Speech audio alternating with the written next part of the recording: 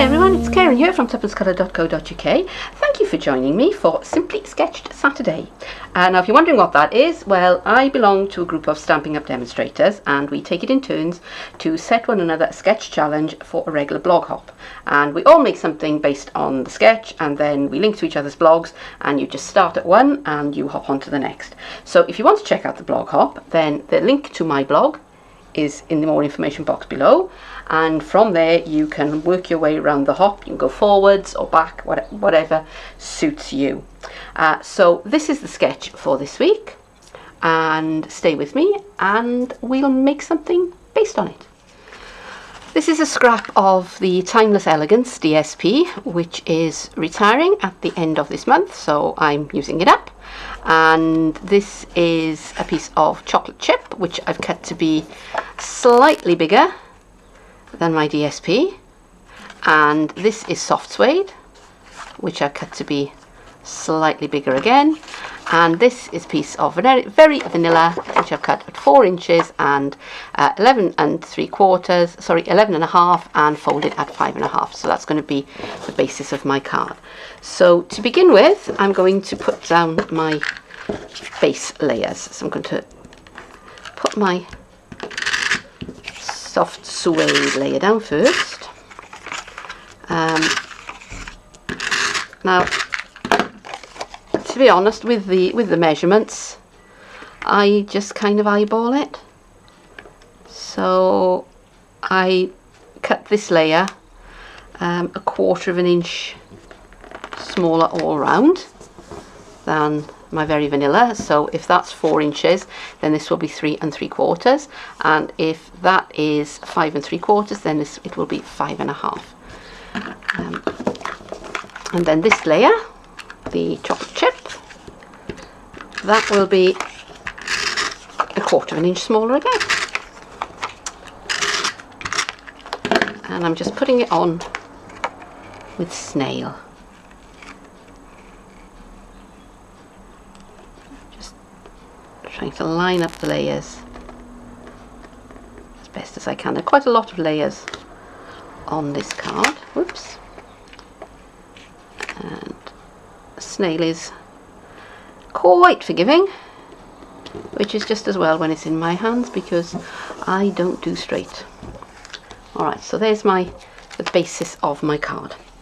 So I want to bring in my DSP, and I'm trying to decide which way up it looks better, and I think it looks better that way. Actually, I think it's meant to go that way, because if you look at the back of it, there's a very nice lace pattern on the back, which I think is meant to go that way, but I've cut it because I want my lines going kind of horizontal, so I think that way, because I'm going to put my accent across there. Now for my accent, I have some real red cotton ribbon, and this is going to be retiring again. So again, this is in the let's use it all up spirit. But I am really going to miss this cotton ribbon because it has just been so easy to work with. It doesn't get all temperamental when you try to tie it in a bow or tie your tongue in knots like I'm just trying to do. And I'm just going to kind of fold that over and just stick it down with a bit of tear and tape. And then the same thing over here. I probably cut way too much, but hey ho. Should I make that a steeper angle? Yeah, let's make that a nice steep angle there. And you can use any old tape for that because it's going to be on the back and nobody is really going to see it. So I'm going to put that onto the front of my card.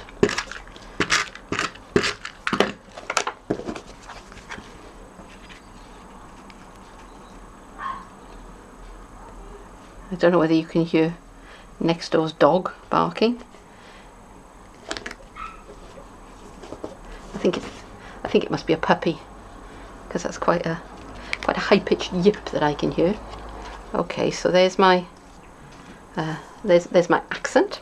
Okay, so if I go back to to my sketch, I have a sentiment here in this corner, and then I've got some decorative pieces just scattered here and there across the card. So for my sentiment, I am using this stamp set, which is work of art, and I'm using this sentiment, "You are a fabulous work of art," and I've mounted it up on my block already, and I've got some real red ink, and I had a piece of Very Vanilla here somewhere, which has wandered off. Excuse me for just 1 minute while I go and find that piece of Very Vanilla. I'm back. So I'm just going to ink up my my stamp, and I'm going to push it down onto my piece of Very Vanilla, and I'm going to count 1, 2, 3, 4, so that the ink has time to transfer. And I have a 1.5 inch circle punch, and I'm just going, just catches it, just all fits in. Can you see that?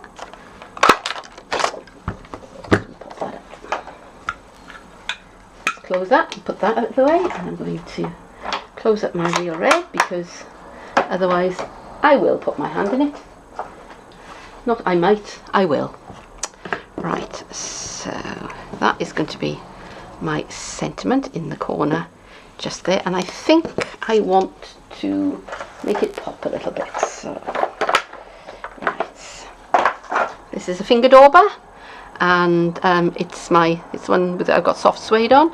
I'm not going to re-ink it because I've recently been using it, and I just want a very, very tiny little amount of soft suede just around the edge of my circle, just so that it just stands out from the background a little bit.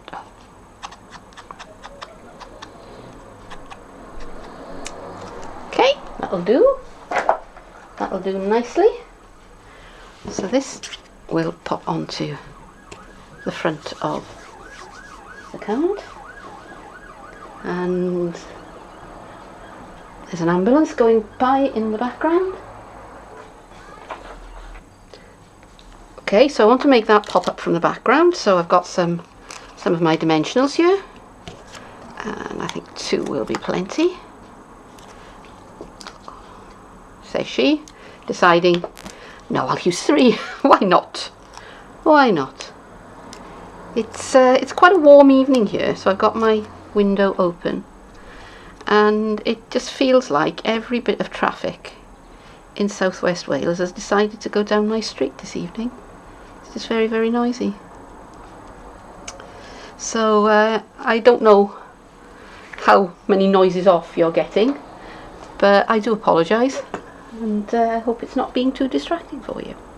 Okay, nearly done. So the last elements were the 3 little spots, and I don't really want to put flowers on there, so what I have is my precision tip glue, and I've got the bright sequins, so I'm going to look for 3 red sequins, I think, and should we have stars? 3 red stars would be pretty, wouldn't they? So there's one. Oh, come on. Don't want to have to dump them all out on the table, because if I do, I will never ever get them back in again. But there we go. Let's give up, shall we? We'll put them back later. Alright, so it was going to be 3 red stars. But actually I think it might be a couple of stars and a dot or 2.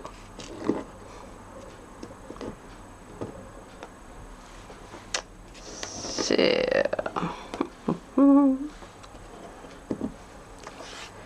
let's get the spare ones out of the way and put the lid on, because if I cough they will go everywhere. Let's see if I can tease out. Yes, got another red star there. Actually I think that one's more pinky. It's hard to tell in this light, and I want the ones that are definitely redder rather than pinker. So there are my 3 random embellishments. So the fine tip glue, and I'm just going to put a spot just where I want my sequin to go.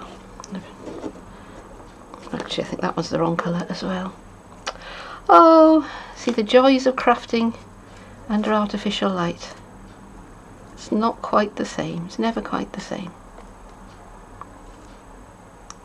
Where are you? Come here.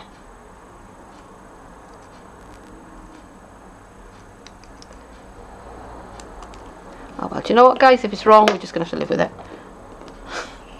That's just going to be the way it is. And there are no mistakes in craft. Only changes of design direction, as we all know.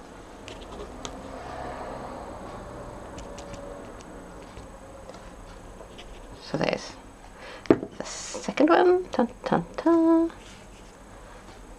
Now you see, this is the I can't do random. Whenever I try to do random, it always winds up looking too regular.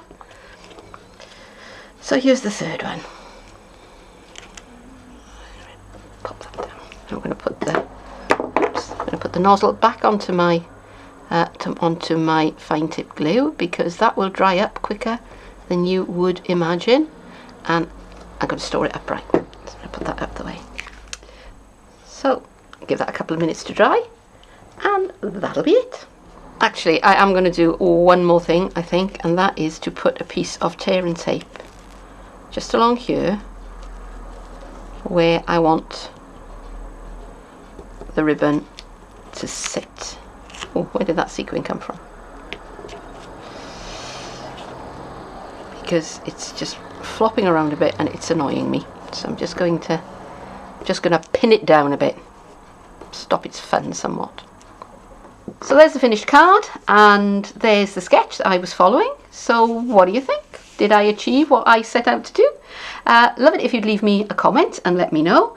And I hope that you've enjoyed this tutorial, and if so, please do give me a thumbs up. And if you really liked this tutorial, then please think about subscribing to my channel, because I will be posting more soon. I've also got a Facebook page, and I've also got a blog, of course. So if you want to find out more about the blog hop, then you will find the link underneath this video.